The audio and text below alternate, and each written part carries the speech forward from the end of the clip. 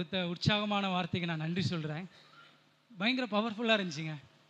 Part 2ன்னு சொல்லலாம். அவ்வளோ brother ரொம்ப பிரயோஜனமாக இருந்துச்சு பிரதர். நான் ரொம்ப ஆசீர்வதிக்கப்பட்டேன். ஆண்டவர் என்னோடு பேசின வார்த்தைகளுக்காக நான் நன்றி சொல்கிறேன். நிச்சயித்திருக்கிறேன் உங்களோடய ஆண்டவர் பேசியிருக்கிறான்னு சொல்லிட்டு என்னை உற்சாகப்படுத்தின வார்த்தையை நான் உங்ககிட்ட நான் ஷேர் பண்ணுறேன். பிரதர் ஆபிரகாமை குறித்து எடுத்தாங்க. நான் ஆதியாமுகத்துக்கு போவாங்கன்னு பார்த்தா ரோமர் கூப்பிட்டு வந்துட்டாங்க. இங்கே வாங்க பிரதர்ன்னு சொல்லிட்டு அதில் ஒரு வார்த்தையை காமிச்சாங்க பிரதர். அப்படி அது ரொம்ப அருமையாக இருந்துச்சு பிரதர். அந்த வார்த்தை ரோமர் 4ஆம் அதிகாரம்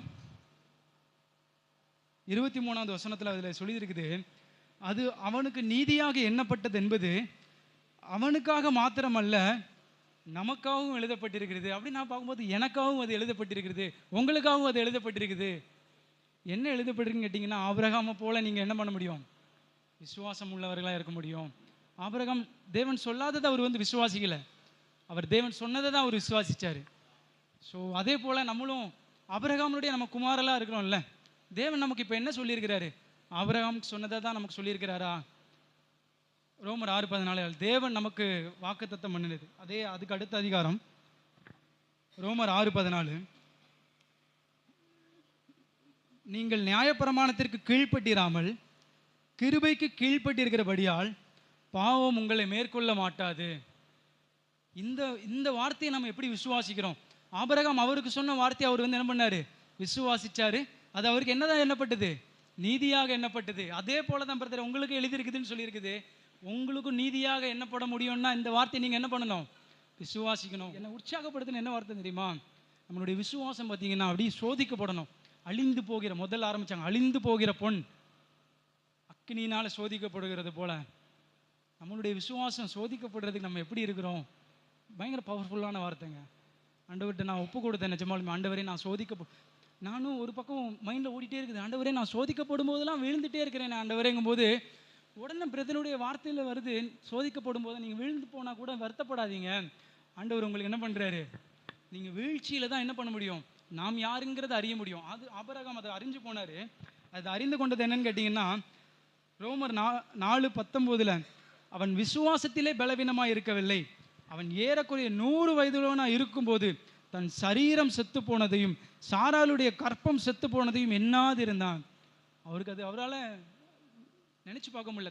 நான் ஆண்டவர் சொன்னது என் வாழ்க்கையில் நிறைவேற முடியும்னு சொல்லிட்டு என்ன பண்ணலை அவர். ஆனால் அவிசுவாசமாக இல்லை, தேவன் சொன்னதை தேவனே அவர் நிறைவேற்றுவார் சொல்லிட்டு விசுவாசிச்சாருங்க. ஆபிரகாம் எப்படி அந்த பாடத்தை கற்றுக்கொண்டாரோ, பிரதர் ஒரு வார்த்தை அருமையாக சொன்னாங்க, நம்மளுடைய விசுவாசம் எப்போ நிரூபிக்கப்படும் கேட்டிங்கன்னா, சோதிக்கப்படும் பொழுது தான் நம்மளுடைய விசுவாசம் நிரூபிக்கப்படும் சொன்னாங்க. ஆபிரகாம் சோதிக்கப்பட்டார். அவரால் முடியாதுங்கிறத அவர் என்ன பண்ணார்? கற்றுக்கொண்டார். நாமும் எப்படி கற்றுக்கொள்கிறோமா? நமக்கு அருளப்பட்ட வாக்குத்தத்தம் ரோமர் 6:14 சகரியா பொன்னன் ஐயா சொல்லுவார், பழைய உடன்படிக்கையில் எழுதப்பட்ட எல்லா வார்த்தைகளும் நம்ம புதிய உடன்படிக்கையில கண்ணாடியை கொண்டு நம்ம பார்க்கணும்னு சொல்லுவாங்க. இப்படி பழைய உடன்படிக்கையில் பழைய ஏற்பாடில் எழுதப்பட்ட எல்லா வார்த்தைகள் எல்லா வாக்குத்தத்தங்களையும் புதிய ஏற்பாடோட அந்த கண்ணாடியை வச்சுட்டு பார்த்தோன்னு வச்சுக்கோங்களேன், அதெல்லாம் நீங்கள் சுதந்திரிக்கலான்னு சொல்லுவார். ஆண்டவர் என்ன வாக்குத்தத்தம் பண்ணார்? நீ கால் மிதிக்கிற தேசமெல்லாம் உங்களுக்கு சொந்தமாகும்னு சொன்னார். நான் இப்படி தான் பார்க்குறேன், நீங்கள் கால் மிதித்து போகிற இடம்லாம் பாவத்தை ஜெயிக்கலாம் இல்லைங்களா? ஸோ அதே போல் தான் இந்த பாவத்தை மேற்கொள்கிற ஒரு வாக்குத்தத்தம் ஆண்டவர் நமக்கு கொடுத்துருக்கிறாருங்க. இதை யார் அறியாதவங்களா இருந்தாருன்னு கேட்டிங்கன்னா, பரிசேயர்கள் அவரை அறிந்து கொள்ளலை. ஆபிரகாமருடைய குமாரன்னு சொல்லிட்டு சொன்னாங்க. இன்றைக்கி நம்மளும் ஆபிரகாமருடைய குமாரர்களாக இருக்கிறோம் இல்லைங்களா? ஆனால் நாமளும் பரிசேயர்களை போல் இருந்துட முடியும். பரிசேயர்களை போல் நம்ம அறிந்து கொள்ள முடியாமல் போயிட முடியும். ஆண்டவருடைய வார்த்தையை நம்ம சுதந்திரித்து கொள்ள முடியாமல் போயிட முடியும். அவங்க என்ன சொன்னாங்கன்னா, இயேசு கிறிஸ்து அவர்களை பார்த்து சொல்கிறாரு, யோவான் 8 ஒரு அருமையான வசனம் இருக்கும்.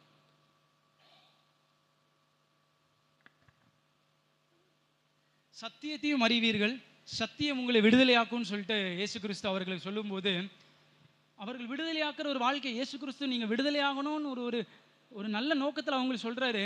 ஆனால் அவங்க கேட்குறாங்க, நாங்கள் விடுதலையாக முடியும்? நாங்கள் தான் ஆபிரகாமருடைய குமாரராக இருக்கிறோமே. இங்கே அமர்ந்திருக்கிற நாம கூட ஆபிரகாமுடைய குமாரராக இருந்துக்கிட்டே நம்ம கட்டுண்டவர்களாக இருக்க முடியும் பிரதர் சிஸ்டர். அதை தான் உணர்ந்து கொண்டேன். பரிசேயர்களுடைய விசுவாசம் சோதிக்கப்படும் பொழுது அவர்கள் சோதிக்கப்படுகிறதுக்கு இடம் கொடுக்கல, நாமளும் சோதிக்கப்படுறதுக்கு இடம் கொடுக்கலன்னா பரிசேயர்களை போல தான் நாங்கள் எதுலேருந்து விடுதலை ஆகணும்னு சொல்லிட்டு நம்ம என்ன பண்ணுவோம்? கேட்கிறவர்களாக இருப்போம். ஸோ நாம் சோதிக்கப்படுகிறதுக்கு நம்ம என்ன பண்ணலாம்? அனுமதிக்கலாம். அழிந்து போகிற பொண்ணு பிரதர், பட் அதை காட்டிலும் நம்மளுடைய விசுவாசம் என்னதான் இருக்குது? விலையேற பெற்றதாக இருக்குது. அதை நம்ம சோதிக்கப்படுகிறதுக்கு நம்ம அனுமதிக்கிறோமா? பரிசேயர்களுடைய கட்டை அவங்களால என்ன பண்ண முடியல, பார்க்க முடியல. ஆபிரகாம் அவர் பலவீனமாக இருந்தது அவர் உணர்ந்து கொண்டார். ஆனால் பரிசேயர்கள் எங்களால் முடியாதுன்னு இந்த நிலைமைக்கு அவங்க வரல. ஆண்டவர் அவர்களுக்கு அதை தான் காண்பிக்கிறாரு. அவங்க அந்த தாழ்மையை கற்றுக்கொள்ளலை. பரிசேயர்கள் ஆபிரகாமுடைய குமாரராக இருக்கிற நாமளும் அந்த தாழ்மையை கற்றுக்கொள்ளாமல் போக முடியும். ஆண்டவர் என்னை எச்சரித்தார், நாம் அந்த தாழ்மையை கற்றுக்கொண்டோம் பிரதர். ஆபிரகாம்கிட்ட நம்ம அந்த தாழ்மையை கற்றுக்கணும்.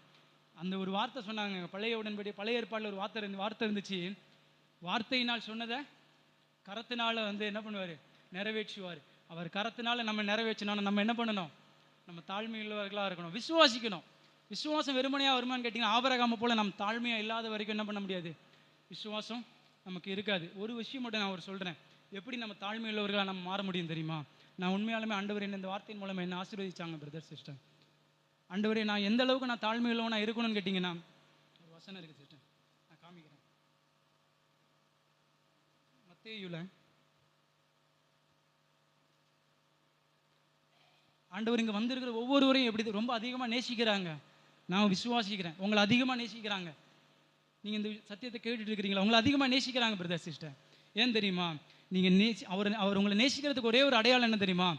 நீங்கள் கட்டவிழ்க்கப்படணுங்கிறதுக்காக தான் உங்களுக்கான சத்தியங்களை சொல்லிட்டு இருக்கிறாரு. நீங்கள் கட்டுண்டவர்களாக இருக்கிறதுக்காக அவங்க சத்தியங்களை சொல்லலை. நீங்கள் யாராட்டும் நம்ம பிள்ளைகள் பார்த்தீங்கன்னா, நமக்கு இருக்கிற சொந்தக்காரங்களோ ஏதோ ஒரு விஷயத்தில் கட்டுண்டவர்களாக இருந்தால், நம்ம கட்டுண்டவர்கள் பலவீனம் உள்ளவர்களாக இருந்தால் நமக்கு பிடிக்குமா? நம்ம குழந்தையே ஒரு வியாதி உள்ளவங்களாக இருந்தால் நமக்கு பிடிக்குமா?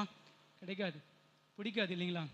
அதே போல் தான் ஆண்டவர் நம்மளை இங்கே ஏன் அழைச்சி கொண்டு வந்த ஒரு நோக்கம் என்ன தெரியுமா பிரதர் சொன்னது போல், இந்த வாக்கு தத்தத்தை நம்ம என்ன பண்ணணும், சுதந்திரிக்கணுங்க.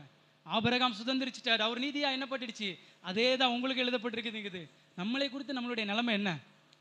கிருபைக்கு கீழ்பட்டு இருக்கிறபடியால் பாவம் உங்களை என்ன பண்ண முடியாது பிரதர், கண்டிப்பாக நம்ம என்ன பண்ண முடியாது, மேற்கொள்ள முடியாது பிரதர். இந்த விசுவாசம் இருக்குது வேற, கொஞ்சம் அந்த பயிர் கொடுத்துருக்காரு பிரதர். ஆண்டவர் இன்னைக்கு அந்த கொஞ்சம் விசுவாசத்தை கொடுத்துருக்கிறாரு. சோதிக்கப்பட அது என்ன பண்ண முடியும், நம்முடைய விசுவாசம் நீதியாக அது என்ன பண்ணுன்னு சொல்லிட்டு நான் நம்புறேன் பிரதர். தேவனுடைய கரத்தை கொண்டு அவர் என்ன பண்ணுவார், அவர் வார்த்தையால் சொன்னது, வார்த்தை எங்கே இருக்கு பிரதர், விசுவாசிங்க பிரதர் சிஸ்டர். கரத்தினால் அவர் என்ன பண்ணுவார், நிறைவேற்றுவார். நம்ம எதுவுமே பண்ண தேவையில்லை. ஆபிரகாம் செஞ்சது போல, ஆபிரகாம் சோதிக்கப்பட்டது போல, சோதிக்கப்படும் பொழுது நம்ம யாரை சார்ந்து கொள்ளலாம்? அவர் தன்னை பார்த்தாருங்க, தேவனை மட்டும் பார்க்கல.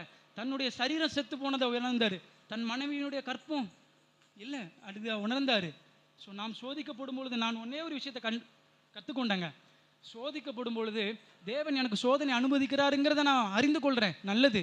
அதே சமயத்தில் சோதிக்கப்படும் பொழுது என்னால் இந்த சோதனையை தாங்க முடியாது என்பதை நான் கற்றுக்கொண்டேன் பிரதர் சிஸ்டர். விழுந்து போன விஷயங்களுக்காக நான் அந்த சோர்வுலேருந்தே என்னை பிரதர் தூக்கிட்டாருங்க. அந்த ஒரு வார்த்தை, பிரதர் நீங்கள் விழுந்தாலும் கூட ஆண்டவர் உங்களை நேசிக்கிறாரு, நாம் விழுகிறதுக்காக நாம் நன்றி சொல்லலாம் ஆண்டவருக்கு. ஏன்னா நாம் சோதிக்கப்படும் பொழுது தான், நாம் வீழ்ச்சியில் இருக்கும் பொழுது தான், நாம் பாவத்தினால் விழும் பொழுது மட்டும்தான் தேவன் என்ன பண்ண முடியும், தேவனுடைய வார்த்தையை நம்ம என்ன பண்ண முடியும், விசுவாசிக்க முடியும். ஆபிரகாமை போல அது நமக்கு நீதியாக என்ன முடியும். நான் ஒரு வசனத்தை, தேவன் எவ்வளவா நம்மளை நேசிச்சாருன்னு சொன்னேன் பார்த்தீங்களா, அதை நீங்கள் ஒரு வசனம் காண்பிக்கிறேன். மத்தேயு 21. தேவனுக்கு ஒரு விஷயம் தேவைப்பட்டுச்சுங்க. இயேசு கிறிஸ்து பவனி செல்லும்போது ஒரு விஷயம் அவருக்கு தேவைப்பட்டுச்சு. அவர் வெறுமனையாக நடந்து போகல பிரதர்ஸ் அண்ட் சிஸ்டர். அதே போல் நம்மளுக்கு இன்னைக்கு நிறைய பேர் சொல்கிறாங்க, ஆண்டவருக்கு நீ தேவை, ஆண்டவருக்கு நீ தேவைன்னு சொல்லிட்டு நிறைய பேர் சொல்கிறாங்க. நாம் பூஜ்ஜியமாகாத பட்சத்தில் ஆண்டவருக்கு நம்ம தேவையே கிடையாது பிரதர் சிஸ்டர்.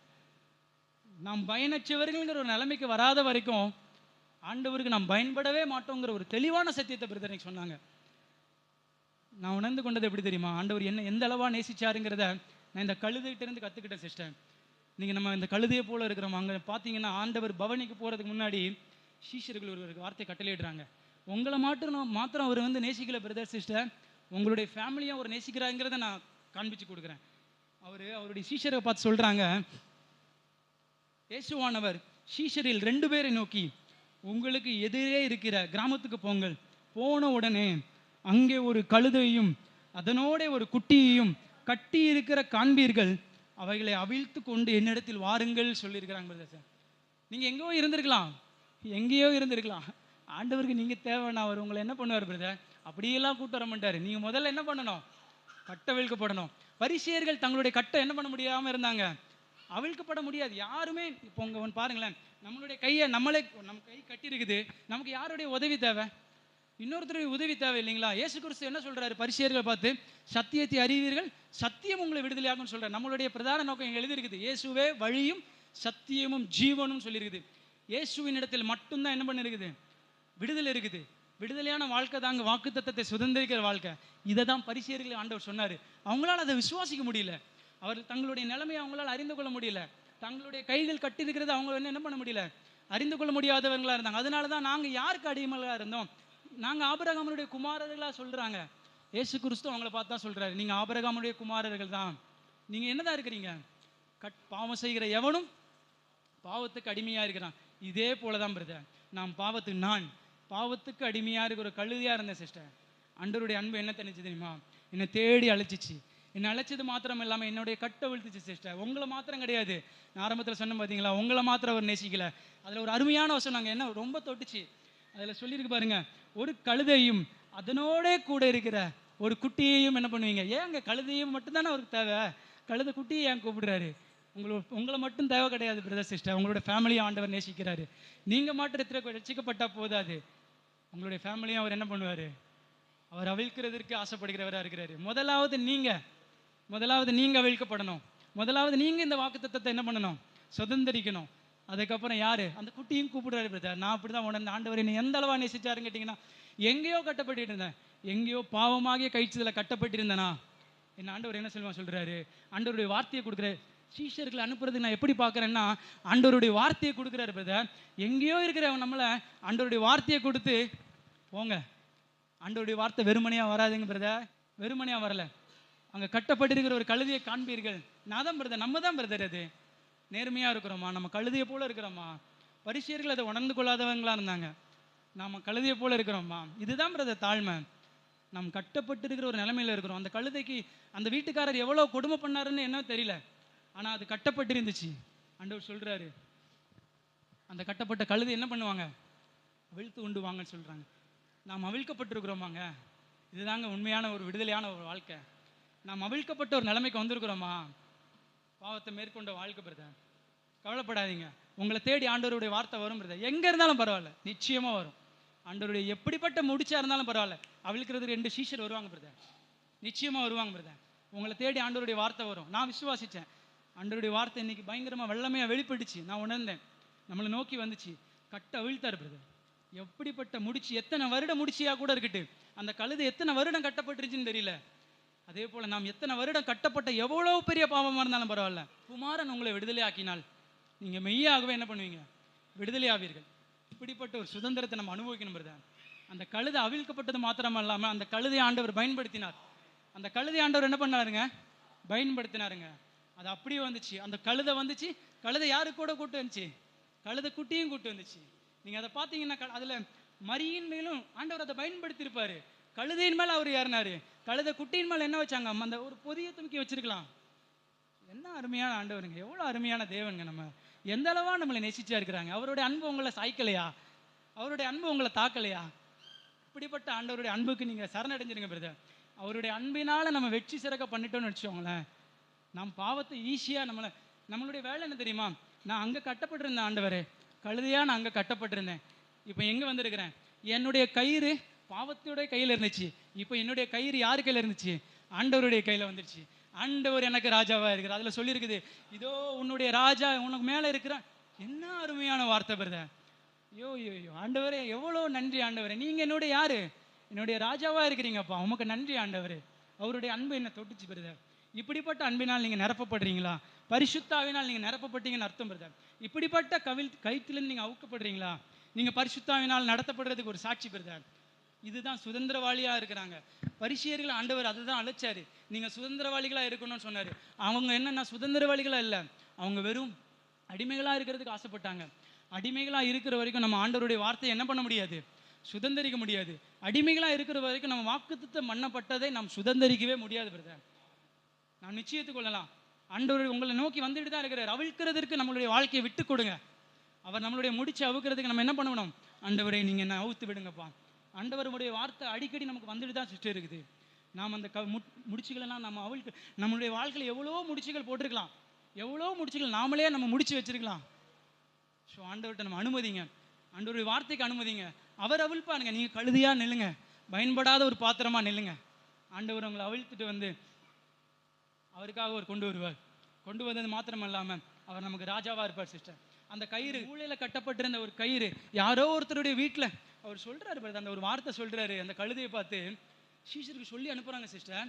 பிரதர் என்ன சொல்கிறாங்கன்னா, கழுதையை கட்டுறவர் பாவத்தில் வந்து நான் எப்படி பார்க்குறேன், அந்த கழுதையை கட்டியிருக்கிற ஒரு எஜமான் பார்த்தீங்கன்னா அது பாவமாகிய ஒரு எஜமான் பிரதர். அந்த பாவத்தை பார்த்து சொல்கிறாங்க, கழுதையை கட்டியிருக்கிறவர் என்ன உங்களை சீக்கிரம் விட மாட்டார். ஏன் எதுக்குன்னு கேட்பாரு. ஏன் எதுக்குன்னு கேட்கும்போது தேவனுடைய வார்த்தை சொல்லணும், இவன் என்னுடையவன், நீங்கள் என்னுடைய யார் புத்திரன், இவன் எனக்கு குமாரன், நீ பாவத்துக்கு அடிமை கிடையாது, இவன் என்னுடைய புத்திரன், நான் இவனை மீட்டு கொண்டேன், இவனை என்னுடைய இரத்தத்தினால் என்ன பண்ணிட்டேன், நான் மீட்டு கொண்டேன்னு சொல்லிட்டு அங்கே சொல்கிறாருங்க. அவருடைய அன்பு அங்கே நிரூபிக்கிறாருங்க. ஸோ அந்த அளவாக நம்மளை ஆண்டவர் நேசிச்சாரு பிரதர். சோர்ந்து போகாதீங்க, உங்களுடைய விசுவாசம் சோதிக்கப்படும் போது சோர்ந்து போகாதீங்க, ஆண்டவர் உங்களை நிரப்புவார். நான் இந்த பாவமாகி எஜமானுக்கு அவர் கேட்குறாருங்க. அதில் வாசிங்களேன், ஒருவன் உங்களுக்கு, அந்த ஒருவன் தான் பாவமாகிய எஜமான், ஒருவன் உங்களுக்கு ஏதாகிதும் சொன்னால் அவர் தான் சொல்லுவார், இவ்வளோ நாள் இவன் எனக்கு அடிமையாக இருந்தான், திடீர்னு நீங்கள் கொண்டு போகிறீங்களேன்னு சொல்லிட்டு அவர் கேட்பார் அந்த கழுதையை பார்த்து. அங்கே தான் அவர் வந்து ஆண்டவருடைய வார்த்தை என்ன தான் சொல்லுது பார்த்தீங்கன்னா, இவைகள் ஆண்டவருக்கு வேண்டும் என்று சொல்லுங்க. ஓகே ஓகே ஓகே, உடனே ஒன்றுமே இல்லை, நீங்கள் போகலாம், நீங்களாம் ஆண்டவருடைய குமாரர்கள், நீங்கள் பாவத்துக்கு இனிமே அடிமை இல்லை, அவ்வளோதான் பிரதர். பாவம் ஒரு சிம்பிள் மேட்ரு பிரதர். அந்த மாறுத்துல எதுவுமே சொல்லலை பாருங்களேன். இவர் என்ன யாருக்கு தேவை, ஆண்டவருக்கு தேவைன்னு சொன்னு கேட்டிங்கன்னா ஓகே போங்க போங்க போங்க, நமக்குன்னு ஒரு மேலேருந்து ஒரு சிபாரிசு கிடச்சிச்சு. ஆண்டவர்கிட்ட நமக்கு ஒரு சிபாரிசு கிடைக்கும் பொழுது நம் பாவத்திலேருந்து எளிதாக கட்டவிழ்க்கப்பட முடியும் சிஸ்டர். ஸோ அப்படிப்பட்ட ஒரு வாழ்க்கைக்கு நம்மளை ஒப்பு கொடுக்கலாம் ஆண்டவர்கிட்ட. ஆண்டவரே நீங்கள் எந்த அளவா என்னை நேசிச்சிங்கப்பா, எந்த அளவா நேசிச்சாருங்க. வெறும் நம்மளை வந்து பார்த்துட்டு நல்லா இருக்கிறியா கழுதை, நல்லா இருக்கிறியா, சூப்பராக இருக்கிறியா கிடையாதுங்க. நீ எனக்கு தேவைங்க, நீ கட்டவிழ்க்கப்பட்டவனா எனக்கு தேவை, நான் உனக்கு யாராக இருக்கணும், ராஜாவாக இருக்கணுங்க. அந்த வார்த்தை கீழே சொல்லியிருக்குது, இதோ உன் ராஜாவினுடைய சுபாவத்தை நமக்கு தருகிறவராக இருக்கிறாருங்க. கழுதையை போல நம்ம இருந்துன்னு வச்சுக்கோங்களேன், பரிசேயர்கள் இழந்து போனதை நாம் பெற்றுக்கொள்ள முடியும். ஆபிரகாம் சுதந்திரித்ததை நாம் சுதந்திரித்துக் கொள்ள முடியும். ஆபிரகாம் அந்த சாந்த குணமான வாழ்க்கையை சுதந்திரித்தாலும் தெரியல, ஆனால் நீங்களும் நானும் சாந்த குணமான ஒரு வாழ்க்கையை சுதந்திரிக்க முடியும். ஏன்னா உங்களுக்கு மேலே இருக்கிற யாருன்னு கேட்டிங்கன்னா, நீங்கள் சாந்த குணமுள்ள மனுஷங்கள்லாம் கிடையாது. கழுதை நம்ம ஸ்கூல் படிக்கும் போதெல்லாம் சொல்லணும்ல, கழுதை கணைக்கும், எப்படி நம்மளுடைய வாய் கணைக்க தான் செய்யும். கழுதை வந்து முரண்பாடாக இருக்கும், கழுதை எட்டிக்கிட்டு மிதிச்சா பயங்கரமாக வலிக்கும்னு சொல்லுவாங்கங்க. நம்ம அந்த மாதிரி தான் இருக்கிறோம், நம்மளுடைய சுபாவம் மாறலை, ஆனால் நம்மளுடைய கண்ட்ரோல் யார்கிட்ட இருக்கு பாருங்க, இயேசு கிறிஸ்துட்ட இருக்குது. அந்த சரடு யாருக்கிட்டங்க இருக்குது, இவ்வளோ நாள் பாவம் நம்மளை வச்சு அடிமையாக வச்சுட்டு இருந்துச்சு, இப்போ யாருக்கிட்ட இருக்குது அந்த சரடு, என்னுடைய ஆண்டவர்கிட்ட இருக்குது. எனக்கு சாந்த குணம் என்னால் சாந்த குணம் கிடையாது என்கிட்ட, என்னுடைய சாந்த குணம் எனக்கு மேலே இருக்கிற என்னுடைய ராஜா. நான் எப்படி நினைக்கிறேன்னா, ஆண்டவர் அந்த கழுதை மீட்டு கொண்டதுக்கப்புறம் கழுதையின் மேலே ஆண்டவர் அமரும் பொழுது அந்த கழுதை எவ்வளவா சந்தோஷமாக இருந்திருக்கும்ல, ஃப்ரீடமாக இருக்கிறோம்ல. கழுதைக்கு முன்னாடி எல்லாத்தையும் விரிக்கிறாங்க, எல்லாத்தையும் விரிக்கும் போது கழுதை எனக்கு ஒன்றுமே கிடையாதுங்க, அது ரொம்ப சந்தோஷமாக இருக்கும். அது நிலவி யோசித்து பாருங்களேன், கழுதை அவ்வளோ சந்தோஷமாக இருக்கும். வெற்றி மேலே ஒரு வெற்றிங்க, அது அடி மேலே அடி எடுத்து நடக்குது. எது மேலே நடக்குது, அது கம்பளம் விரிக்கிறாங்க, துணி விரிக்கிறாங்க. இவ்வளோ நாள் மாட்டுக்கொட்டையில் என்னெல்லாமோ இருந்துச்சு, அது மேலே மிதிச்ச இடம். ஆனால் இயேசு கிறிஸ்தவர்கள் மேலே இருக்கும் பொழுது, இயேசு கிறிஸ்துவினால் நாம் நடத்தப்படும் பொழுது நம்மளுடைய நடை ராஜ நடையாக இருக்கும். அந்த கழுதை கம்பீரமாக நடக்கும், தான் மட்டும் நடக்கலாமல் தன்னுடைய குடும்பத்தை சேர்த்து நடக்குது. அப்படிப்பட்டவர்களாக நாம் இருக்க முடியும் பிரதர்ஸ். இதுதான் ஆண்டவருடைய ஆசீர்வாதம், ஆண்டவருடைய வாக்குத்தத்தத்தை நம்ம சுதந்திரிப்போம். ஸோ கழுதையை போல நம்ம இருப்போம் பிரதர். ஆண்டவர் உங்களை ஆண்டவருடைய கரத்துக்கு நம்ம கொடுக்கலாம். பிரதர் சொன்னாங்களே, நாம் பூஜ்யமாக்குற ஒரு நிலைமைக்கு வந்துடும். நம்மளுடைய எல்லா பலம், அதனுடைய எல்லா பலமும் பார்த்தீங்கன்னா அந்த சரடில் தான் இருக்குது. அதை பிடிச்சிங்கன்னா பார்த்தீங்கன்னா மொத்த கண்ட்ரோலில் நின்றுடும் இல்லைங்களா. அதே போல தான் ஆண்டவர்கிட்ட அந்த ஆண்டவராக இயேசு கிறிஸ்து அந்த கழுதை அப்படி பிடிச்சிட்டு இருப்பார்ல, அந்த கழுதை அப்படி பிடிச்சிட்டு நிற்கும் போதில்ல, அந்த கழுதை அழகாக மெதுவாக போவோம். அதே போல தாங்க ஆண்டவரே, என்னுடைய கண்ட்ரோலை நான் உங்ககிட்ட கொடுத்துருந்தேன்ப்பா, நீங்கள் நடத்துங்கப்பா, நீங்கள் என் மேலே உட்காந்துருங்க. ஒன்னே ஒரு ஆபத்து என்ன தெரியுமா, ஆண்டவரை நம்ம ஏற்றுக்கொள்ள முடியும். ஆண்டவர் ஏற்றுக்கொண்டதுக்கப்புறம் நம்ம கழுதை தான் பிரதர். ஆண்டவர் ஏற்றுக்கொண்டதுக்கப்புறம் நம்ம பயன்படாதவர்கள் தான் பிரதர். ஆண்டவர் நம்ம மேலே இருக்கிறதுனால தான் நம்ம என்ன பண்ணுறோம், நம்ம பயனுள்ளவர்களாக இருக்கிறோம். நாம் கழுதை தான், கழுதை அங்கேயும் கழுதை தான், எங்கேயும் கழுதை தான், அதில் எந்த மாற்றமுமே இல்லை. நாம் அங்கே ரட்சிக்கப்படாத பாவி, இங்கே ரட்சிக்கப்பட்ட பாவி. பட் நமக்கு ஒரு விசுவாசம் என்ன தெரியுமா, என்னுடைய கண்ட்ரோல் யாருக்கிட்ட இருக்குது, ஆண்டவர்கிட்ட இருக்குது. என்னுடைய ஆண்டவர்கிட்ட இருக்கும்போது அவர் என்ன பண்ணுவார், என்ன நேர்த்தியான பாதையில் நடத்துவார். பிரதர் சொன்னார் பார்த்தீங்களா, நிச்சயத்துக் கொள்ளுங்க. இன்னைக்கு ஒவ்வொரு கையிலையும் ஒரு செக்கு கொடுத்துட்டாங்க, நீங்கள் ஆமேன்னு சொல்லிட்டு பின்னாடி சைன் போடுறீங்களாங்கிற பிரதர் ஒரு செக்கை கொடுத்துட்டாங்க. ஒவ்வொருத்தருக்கிட்டையும் நீங்கள் உயிரோடு இருக்கிற ஒரு நாளெல்லாம் உங்களுக்கு முன்னாடி பயம் உங்களை மேற்கொள்ளாது பிரதர், உங்களுக்கு முன்னாடி எந்த பாவம் மேற்கொள்ளாது பிரதர். ரோமன் 6:14 வாக்கு தத்தத்தை நீங்கள் இன்னைக்கு ஒரு காசோலையாக நம்ம எடுத்துகிட்டு போகிறோம். என்னது?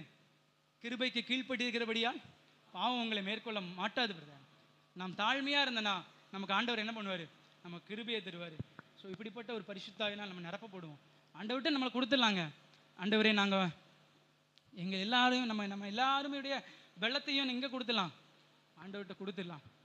நாம் பலவீனம் உள்ளவர்கள்னு சொல்லிட்டு நாம் ஆண்டவர்கிட்ட கொடுத்துடலாம். ஆண்டவரே நான் பயனற்றவன், ஆண்டவரே நீங்கள் என் மேலே இருக்கிறதுனால தான் மாத்திரம்தான் நான் ஒரு பரிசுத்தமான ஒரு வாழ்க்கை வாழ முடியுதுப்பா, நான் எந்த பாத்திரவானும் அல்ல.